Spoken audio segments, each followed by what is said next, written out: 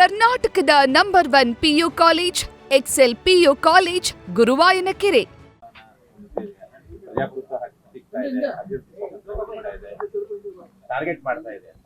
ನೋಡಿ,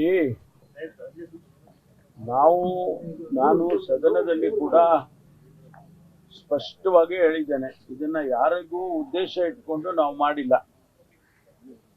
ಮತ್ತು ಯಾರು ಈ ದ್ವೇಷ ಭಾಷಣ ಅಂತೇಳಿ ನಾವೇನು ಕರಿತಾ ಇದ್ದೇವೆ, ಆ ಮಾತುಗಳನ್ನ ಯಾರು ಹಾಡ್ತಾರೆ ಅವ್ರಿಗೆ ಮಾತ್ರ ಅದು ಅಪ್ಲೈ ಆಗುತ್ತೆ ವಿನ ಬೇರೆಯವ್ರಿಗೆ ಆಗಲ್ಲ. ಗೌರವ ಕೊಡಬೇಕು. ಸುಪ್ರೀಂ ಕೋರ್ಟ್ ಆದೇಶ ಮಾಡಿದೆ, ಇಂಥದ್ನೆಲ್ಲ ಹತ್ತಿಕ್ಬೇಕು. ನೀವು ಈ ರೀತಿ ದ್ವೇಷ ಭಾಷಣಗಳನ್ನ ಮಾಡೋದಕ್ಕೆ ಅವಕಾಶ ಮಾಡಬಾರ್ದು ಅಂತ ಸುಪ್ರೀಂ ಕೋರ್ಟು ಚೀಫ್ ಜಸ್ಟಿಸ್ ಅವರೇ ಆದೇಶ ಮಾಡಿದ್ದಾರೆ. ಆಮೇಲೆ ಇಂಟರ್ನ್ಯಾಷನಲ್ ಫೋರಂನಲ್ಲಿ ಕೂಡ ಅನೇಕ ಕಡೆ ಇದಕ್ಕೆ ಪುಷ್ಟಿ ಕೊಟ್ಟಿದ್ದಾರೆ. ಅವರು ಕೂಡ ರೆಸಲ್ಯೂಷನ್ಸ್ ಮಾಡಿದ್ದಾರೆ. ಮತ್ತು ದೇಶದಲ್ಲಿ ಅನೇಕ ಘಟನೆಗಳು ನಡೆದಿದ್ದಾವೆ, ಕೊಲೆಗಳಾಗಿದ್ದಾವೆ.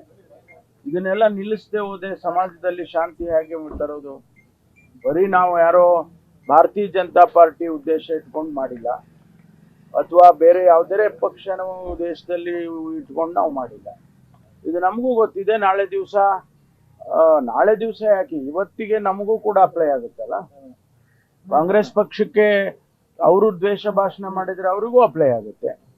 ಆದ್ರಿಂದ ಇವರು ಸುಮ್ಮನೆ ಇದರಲ್ಲಿ ರಾಜಕಾರಣ ಮಾಡೋದಕ್ಕೆ ಹೊರಟಿದ್ದಾರೆ ವಿನಃ ಬೇರೆ ಏನಿಲ್ಲ. ಹೇಳಿಕೆ ಸರ್, ಗೊಂದಲ ಸೃಷ್ಟಿಯಾಗಿರೋದು ರಾಜ್ಯ ನಾಯಕರಿಂದ, ಹೈಕಮಾಂಡ್ ಅಲ್ಲ, ನೀವೇ ಬಗೆಹರಿಸಬೇಕು, ಮಧ್ಯಪ್ರವೇಶ ಮಾಡಲ್ಲ ಅನ್ನೋ ಅರ್ಥದಲ್ಲಿ ಮಾತಾಡಿದ್ದಾರೆ ಸರ್.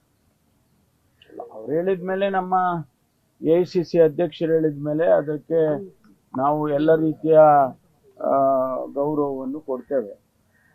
ಅವರು ಯಾವ ಅರ್ಥದಲ್ಲಿ ಹೇಳಿದಾರೋ, ಏನು ಸೂಚನೆ ಕೊಡ್ತಾರೋ ಮುಂದೆ ಗೊತ್ತಿಲ್ಲ. ಆದರೆ ಅವ್ರು ಹೇಳಿದ ಮೇಲೆ ಅದನ್ನು ಕೇಳಲೇಬೇಕಲ್ಲ ನಾವೆಲ್ಲರೂ ಕೂಡ. ಇಲ್ಲೇ ಗೊಂದಲ ಬಗೆಹರಿಸಬೇಕಂತ ಅಲ್ಲಿಗೆ ಹೋಗೋದು ಬೇಡ. ಇಲ್ಲ, ಅದನ್ನ ಅವ್ರು ಹೇಳಿದಾರಲ್ಲ,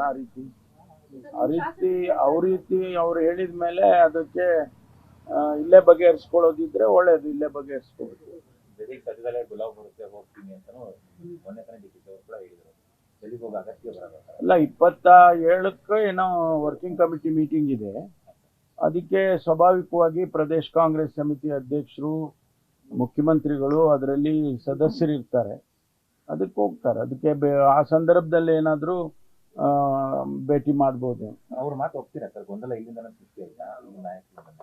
ಗೊತ್ತಿಲ್ಲಪ್ಪ ನನಗೆ. ಅವ್ರು ಯಾವ ಅರ್ಥದಲ್ಲಿ ಹೇಳಿದ್ದಾರೆ ಅಂತ ನಾನು ಹೆಂಗೆ ಹೇಳಕ್ಕಾಗುತ್ತೆ?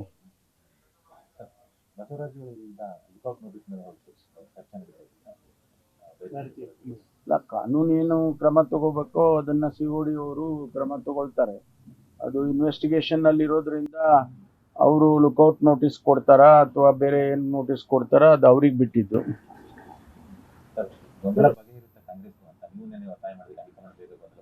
ಅಲ್ಲ, ನನ್ನ ದೃಷ್ಟಿಯಲ್ಲಿ ಇದು ಯಾವುದು ಕೂಡ ಇರೋದು ಬೇಡ ಅಂತ ಅಷ್ಟೇ. ಆ ಅರ್ಥದಲ್ಲಿ ನಾನು ಹೇಳಿರೋದು, ಇದು ಗೊಂದಲ ಇದ್ರೆ ಅದನ್ನ ಬಗೆಹರಿಸ್ಕೊಂಡು ನಾವು ಜನ ಸಮುದಾಯಕ್ಕೆ ನಾವೇನು ಭರವಸೆಗಳು ಕೊಟ್ಟಿದ್ದೀರಿ ಆ ಕೆಲಸ ಮಾಡಬೇಕು ಅಂತ ಹೇಳಿದ್ದೇನೆ. ಯಾಕೆಂದ್ರೆ ನಮಗೆ ನಮ್ಮ ಒಳಗಿನ ವ್ಯತ್ಯಾಸಗಳೆಲ್ಲ ಮುಖ್ಯ, ಆಡಳಿತ ಮುಖ್ಯ, ಗವರ್ನೆನ್ಸ್ ಮುಖ್ಯ. ಅದನ್ನ ಸರಿ ಮಾಡಿಕೊಂಡು ಜನರಿಗೆ ಆಡಳಿತ ಕೊಡಬೇಕು ಅನ್ನೋದು ಅಷ್ಟೇ ನಮ್ದು. ಇದು ಆಡಳಿತದ ಮೇಲೆ ಪರಿಣಾಮ ಬೀರ್ತಾ ಇದೆ ಅಲ್ಲ, ಬೀರ್ಬೋದು. ಅಧಿಕಾರಿಗಳಿಗೆ ಸ್ವಾಭಾವಿಕವಾಗಿ ಒಂದಿಷ್ಟು ಕನ್ಫ್ಯೂಷನ್ ಆಗೋದು ಸಹಜ. ಇದು ಯಾವಾಗಲೂ ಇಂಥ ಸಂದರ್ಭದಲ್ಲಿ ಆಗಿದೆ ಹಿಂದೆ ಎಲ್ಲ. ಅದರಲ್ಲಿ ಈಗ ನಮಗೆ ಅಧಿಕಾರಿಗಳಿಗೂ ಕೂಡ ಒಂದು ಸಂದೇಶ ಹೋಗ್ಬೇಕು, ಎಲ್ಲವೂ ಸರಿ ಇದೆ, ಆಡಳಿತ ಮಾಡಬೇಕು ಅಂತೇಳಿ ಅವ್ರಿಗೂ ಸಂದೇಶ ಹೋಗ್ಬೇಕಲ್ವಾ. ಸಚಿವರು ಡೆಲ್ಲಿಗೆ ಹೋಗ್ಬೇಕು ಅಂತ ಒಂದು ಚರ್ಚೆ ಆಗಿತ್ತು ಹಿಂದೆ. ಒಂದು ನಿಯೋಗ ಹೋಗ್ಬೇಕು, ಹೈಕಮಾಂಡ್ ಮಾಡಿ ಚರ್ಚೆ ಮಾಡಬೇಕು, ಸಚಿವರೆಲ್ಲ ಹೋಗ್ಬೇಕು ಅಂತ ಚರ್ಚೆ ಆಗಿತ್ತು.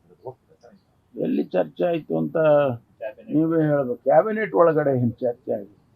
ಕ್ಯಾಬಿನೆಟ್ ಒಳಗಡೆ ರಾಜ್ಯದ ಸಮಸ್ಯೆಗಳ ಬಗ್ಗೆ ಚರ್ಚೆ ಆಗುತ್ತೆ ವಿನ ಇಂಥದ್ದೆಲ್ಲ ಆಗಲ್ಲ. ಈ ಮಧ್ಯೆ ಪಕ್ಷಾತೀತವಾಗಿ ದಲಿತ ಸಿಎಂ ಆಗಬೇಕು, ಕಾಂಗ್ರೆಸ್ ಅನ್ಯಾಯವಾಗಿದೆ ಕೂಗು ದಿನೇ ದಿನೇ ಜಾಸ್ತಿ ಆಗ್ತಾ ಇದೆ ಸರ್. ತಮ್ಮ ಪರವಾಗಿ ಸ್ವಾಮೀಜಿಗಳು ಕೂಡ ತುಮಕೂರಲ್ಲಿ ಆ ಕಡೆ ತಿಳಿದಿದ್ದಾರೆ ಸರ್, ತಮಗೆ CM ಪಟ್ಟ ಕೊಡ್ಬೇಕು ಅನ್ನೋ ಅಭಿಲಾಷೆ ವ್ಯಕ್ತಪಡಿಸಿದ್ದಾರೆ. ಅದು ಅವರ ಅಭಿಪ್ರಾಯ, ಅವರ ಭಾವನೆ, ಅವರ ಅನಿಸಿಕೆ. ಅದನ್ನ ಅವರು ಎಕ್ಸ್ಪ್ರೆಸ್ ಮಾಡಿದ್ದಾರೆ. ಅದರಲ್ಲಿ ತಪ್ಪು ಅಂತ ನಾನೇನು ಹೇಳಕ್ ಹೋಗೋದಿಲ್ಲ. ಅದರಲ್ಲಿ ಅವ್ರ ಅನಿಸಿಕೆಗಳನ್ನ ನೀವು ಹೇಳಿದ ತಪ್ಪು ಅಂತ ನಾನು ಯಾಕೆ ಹೇಳ್ಬೇಕು? ಸಮುದಾಯ ಕೊಡಬೇಕು ಅನ್ನೋ ಇದೆ ಆ ಥರ ಇದೆ ಬದಲಾವಣೆ ಆದ್ರೆ ನೀವೇ ಹೇಳ್ತಾ ಇದ್ದೀರಲ್ರಿ, ಎಲ್ಲ ಕಡೆ ನೀವು ಹೇಳ್ತಾ ಇದ್ದಾರೆ ಅಂತ ನೀವೇ ಹೇಳ್ತಾ ಇದ್ದೀರಾ. ಸರ್, ಈಗ ದ್ವೇಷ ಭಾಷಣ ಹೊಸದ ರಾಜ್ಯಪಾಲರಿಗೆ ನೀವು ಮನವರಿಕೆ ಮಾಡ್ತೀರಾ? ಯಾಕಂದ್ರೆ ಕೇಂದ್ರ ಸಚಿವರು ಅಲ್ಲ, ಅದ್ರ ಅಗತ್ಯತೆ ಬರೆದವ್ರೆ. ನೋಡಿ, ಈಗ ಎರಡು ಸದನದಲ್ಲಿ ಪಾಸ್ ಆಗಿದೆ, ಅದು ಈಗ ರಾಜ್ಯಪಾಲರಿಗೆ ಹೋಗುತ್ತೆ. ರಾಜ್ಯಪಾಲರು ಒಂದು ವೇಳೆ ನಮ್ಮ ಕ್ಲಾರಿಫಿಕೇಶನ್ ಕೇಳಿದ್ರೆ ನಾವು ಕೊಡ್ತೇವೆ. ಯಾವುದೇ ಕ್ಲಾರಿಫಿಕೇಶನ್ ರಾಜ್ಯಪಾಲರು ಕೇಳಿದ್ರೆ ಕೊಡ್ತೇವೆ ಅದನ್ನು.